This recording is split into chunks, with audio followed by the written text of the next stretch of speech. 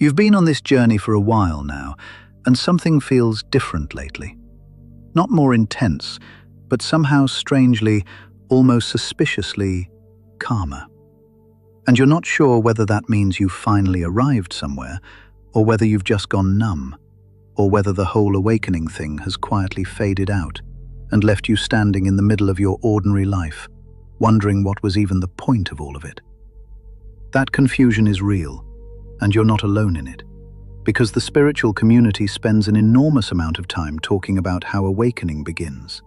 The sleepless nights, the identity collapse, the sudden inability to go back to who you were. But almost nobody talks about how it ends, what it looks like when the storm has genuinely passed, and more importantly, how to recognize it when it's happening to you. Carl Jung, who spent decades mapping the territory of the human psyche, called this process individuation, the long, often brutal journey of becoming who you truly are beneath all the conditioning and survival strategies you built to get through life. And what he found waiting at the far end of that journey was something that almost nobody expects. We're going to get to that in a moment, but first I need to tell you something about sign number 5 on this list, because it directly contradicts something the personal development world has been telling you for years, and it might genuinely change the way you see your entire spiritual journey. So stay with me until we get there. Here are 7 signs your spiritual awakening is finally over. Sign 1. You no longer need to be right. Think about who you were before this all started, and be honest, because for most people, being right wasn't just an opinion, it was a survival mechanism, a way of proving to the world and to yourself that you were worth listening to, that you existed, that your perspective mattered. Jung described the ego as the part of us that builds its entire sense of safety around external validation. And here's something that often surprises people. The early stages of awakening don't dissolve that ego at all. They just give it a spiritual makeover. And suddenly it's not just needing to be right about football or politics.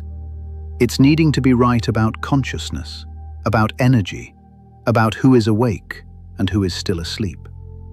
When the awakening genuinely completes its first major cycle, something shifts that is almost impossible to fake. You stop needing the argument to go your way, not because you've become passive or indifferent, but because you've stopped needing other people's agreement to feel secure in what you know. You can sit across from someone who completely disagrees with you, listen to them fully, stay genuinely curious about their perspective, and walk away with your inner world completely intact. And that kind of groundedness is one of the rarest forms of inner freedom a human being can reach. Short sentences matter here. That freedom took everything to build it. Sign 2. You start finding beauty in ordinary moments. This one is so subtle that most people dismiss it entirely, and that's exactly why it's so important to name it clearly. Because the moment you start genuinely enjoying a Tuesday morning with nothing particularly special happening around you, something profound has already occurred inside you, whether you've recognized it or not. The spiritual seeker's mind is almost always oriented toward the extraordinary, toward peak experiences, synchronicities, signs from the universe. Because the seeking itself becomes a way of avoiding the present moment, which so often feels plain and unremarkable by comparison. Jung wrote about the tension between the persona, the version of ourselves we perform for the world, and the deeper self, which he believed was always located right here, right now, in the actual texture of real life as it is, not as we wish it would be. When your nervous system finally relaxes enough to let the present moment be enough, when you laugh genuinely at something small, when you notice the light changing in the late afternoon and feel moved by it without needing to document it or explain it to anyone, that is not a small thing. That is integration. And it is one of the most beautiful signs that the storm has genuinely passed. And speaking of things nobody talks about, sign number 5 is coming, and it's going to challenge something you've probably believed about yourself for years, so keep watching. Sign 3. Loneliness no longer frightens you. The loneliness that follows early spiritual awakening is one of the most painful and least discussed parts of the entire process. The sense that you've outgrown your old world, but haven't yet found the new one. The strange grief of realizing that the people you love most simply cannot follow you where you're going. That loneliness was real, and it deserved to be honored, not bypassed, not spiritually reframed before you were ready, because you were going through a genuine loss. The loss of the identity that once held your entire life together. But something changes when the cycle matures. The loneliness doesn't necessarily disappear, but it stops being something you need to escape from, because you have developed a relationship with yourself that is stable, warm, and deeply honest. The kind of relationship that doesn't require constant company to feel intact. Jung believed the most important relationship a human being could cultivate was with their own unconscious, the unseen, unacknowledged parts of themselves that had never been welcomed, never been given space. And when that inner relationship is healthy, solitude stops feeling like abandonment and starts feeling like returning to something familiar and safe. You can spend an entire evening alone and feel genuinely at ease, not numb, not dissociated, not performing contentment for yourself, but actually authentically okay with your own company. That shift is enormous. Most people never get there. Sign 4. Silence feels like home.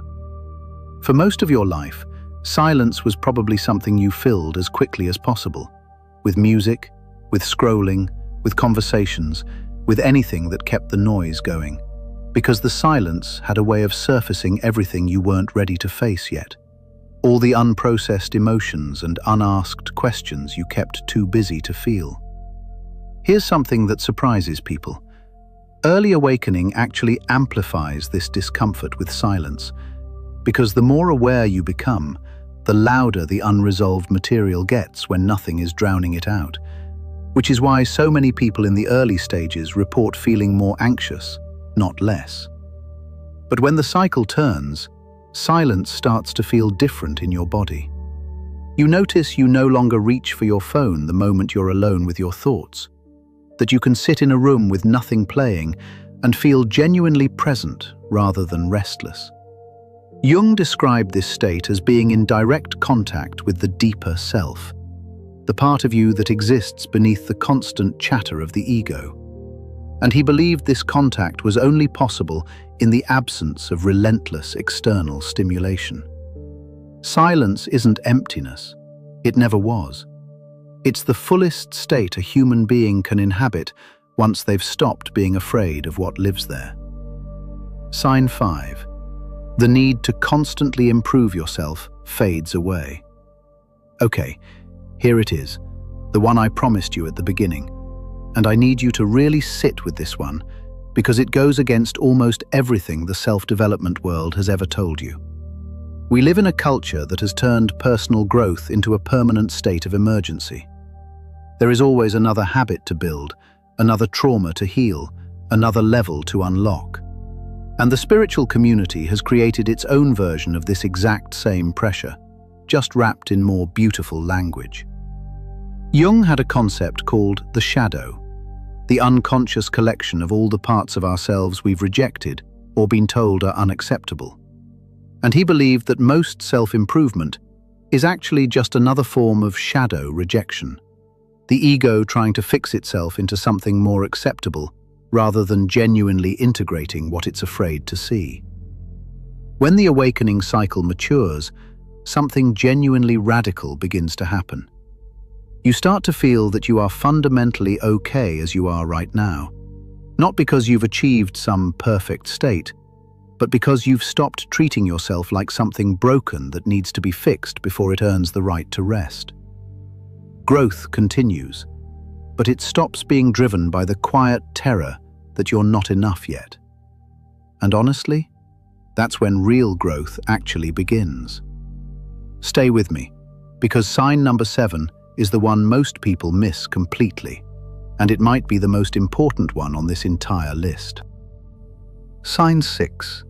Criticism lands softly now. There was probably a time when a single critical comment from the right person could send you into a spiral that lasted for days.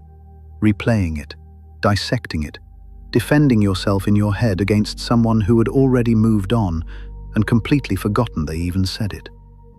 That sensitivity wasn't weakness, and it's worth saying that clearly, because it was actually a sign of how hard your nervous system was working to protect a core wound that most people carry their entire lives without ever examining. The wound that says your worth is determined entirely by how other people perceive you.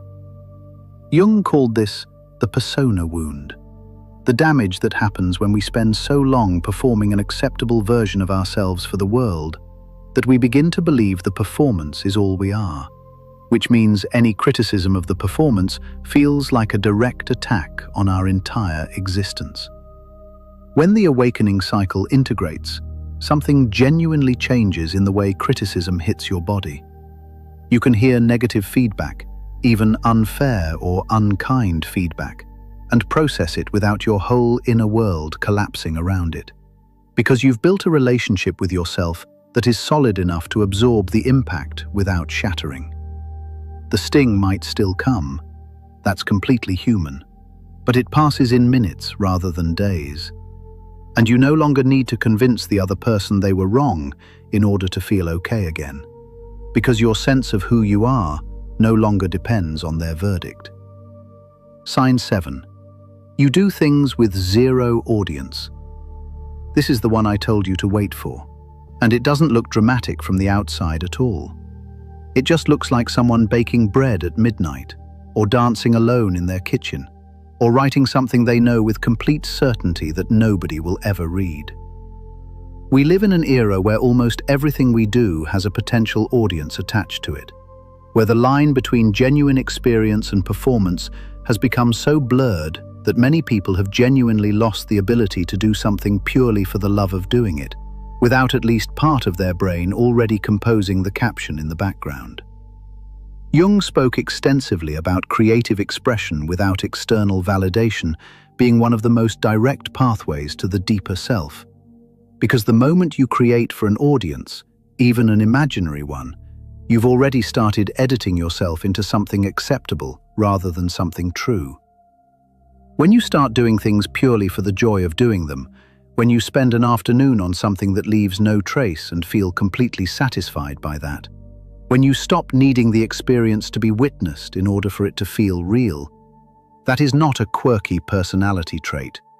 That is a sign that you have returned to yourself in a way that most people spend their entire lives searching for and never quite reaching. Here is the thing about all 7 of these signs that I want you to carry with you long after this video ends. None of them look like enlightenment from the outside. None of them arrive with a sudden feeling of having finally made it. There is no certificate, no moment where the universe taps you on the shoulder and says, "Well done, you're done now." The completion of an awakening cycle is quiet, almost embarrassingly ordinary.